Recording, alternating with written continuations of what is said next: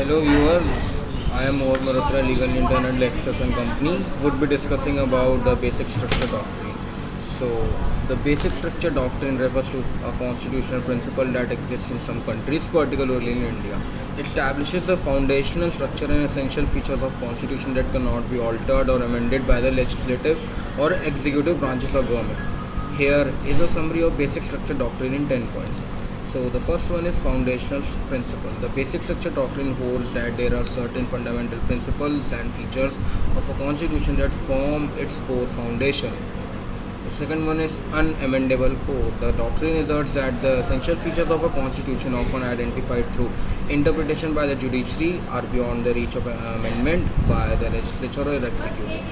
The third one is judicial interpretation. Courts plays a significant role in determining what constitutes the basic structure of a constitution and have the authority to strike down constitutional amendments that violate this doctrine. The fourth one, protecting fundamental rights. The basic structure doctrine ensures the preservation of fundamental rights enshrined in the Constitution, safeguarding them from arbitrary changes by the government. Democracy and separation of powers. The doctrine upholds the principle of democracy and separation of powers, preventing any amendment that would undermine the democratic framework, the balance of power between branches of government. Federal structure. In countries with a federal system, the basic structure doctrine protects the fundamental nature of constitution, preventing any attempts to erode the autonomy of states or centralized power. The seventh one is limited amendment power. While the doctrine recognizes the possibility of amending the constitution, it places limitation on the extent to which amendments can alter the basic structure.